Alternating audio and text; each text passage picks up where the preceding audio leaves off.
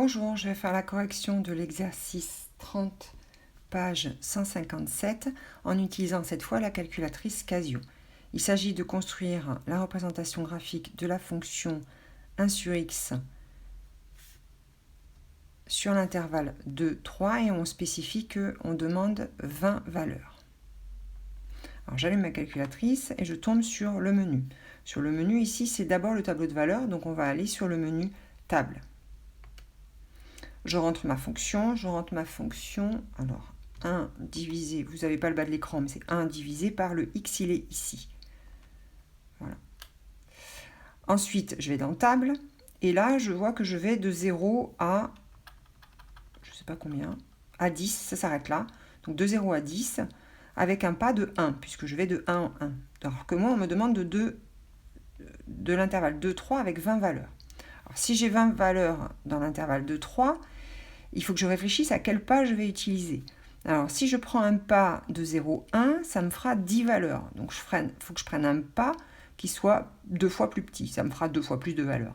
Donc, le pas, ça va être de 0,5. Ce sera le pas que je dois utiliser. Alors, pensez sur cette calculatrice à utiliser Exit quand vous êtes bloqué sur une page. Ça marche très bien. Donc là, pour paramétrer la table, il faut aller dans 7. Ici, 7, c'est la touche F5. Je démarre à 2, je m'arrête à 3 et je vais avec un pas de 0,05.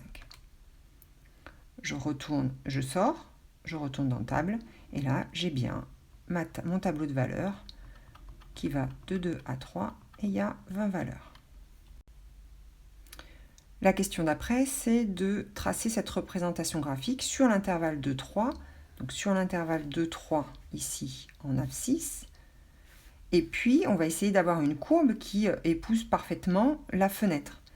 Donc, je vais regarder dans mon tableau de valeurs ici, quelles sont les plus petites valeurs et les plus grandes valeurs prises par les ordonnées.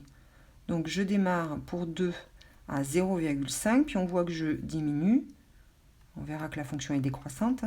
Et je vais jusqu'à 0,3. Donc, ici, la plus grande valeur, c'est 0,5, et la plus petite, ça sera 0,3.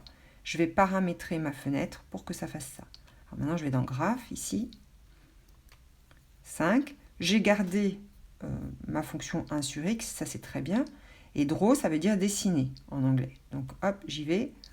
Là, vous voyez que je ne suis pas du tout sur l'intervalle 2, 3. Donc il faut que je modifie ça. Et alors là, ce sont les petits messages qui est écrit ici, zoom, trace, window. Et pour accéder à ces fonctions-là, il faut faire Shift. Donc Shift, Window, c'est pour paramétrer la fenêtre. Alors, le Xmin, c'est 2. Xmax, 3. Scale et Dot, moi, je ne les modifie jamais. Mince. Ymin, eh ben, on a dit que c'était 0,3. Et Ymax, je ne peux pas modifier le Ymax. Si, il fallait appuyer sur Entrée. Ymax, c'est 0,5. Alors, j'aime bien avoir un petit peu de marge. On va mettre 0,51. J'appuie sur Entrée, je sors et je trace. Et là, vous voyez votre fonction 1 sur x qui va donc de 2 à 3. Alors, on ne voit pas affiché. Hein, et qui occupe parfaitement la fenêtre de la calculatrice. Maintenant, je vais faire la question suivante. On me demande un tableau de valeurs, donc je retourne dans le menu, je vais dans Table, je modifie, on me demande d'aller de démarrer à 0,1 avec un pas de 0,01, donc je démarre à 0,1, je termine à 0,2 avec un pas. Alors des fois il faut appuyer sur Entrée, des fois il ne faut pas appuyer sur Entrée, c'est bizarre. Exit, table, j'ai ma table de 0,1 à 0,2 avec un pas de 0,01. Je fais menu, je vais dans Graphe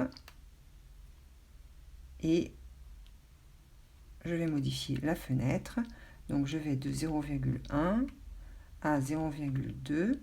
Ah, j'ai pas regardé, je suis obligée de retourner dans le menu, j'ai pas regardé les valeurs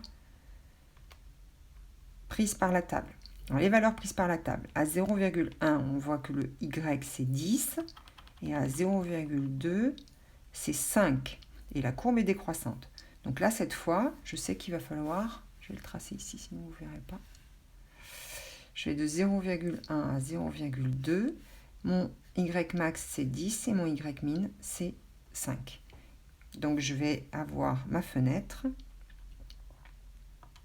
Je retourne sur graphe.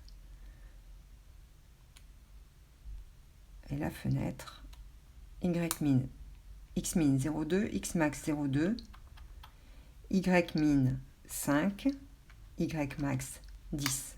Et là, je retrace et on a encore une courbe qui épouse parfaitement, qui occupe parfaitement la fenêtre entière. Voilà, cette vidéo est terminée.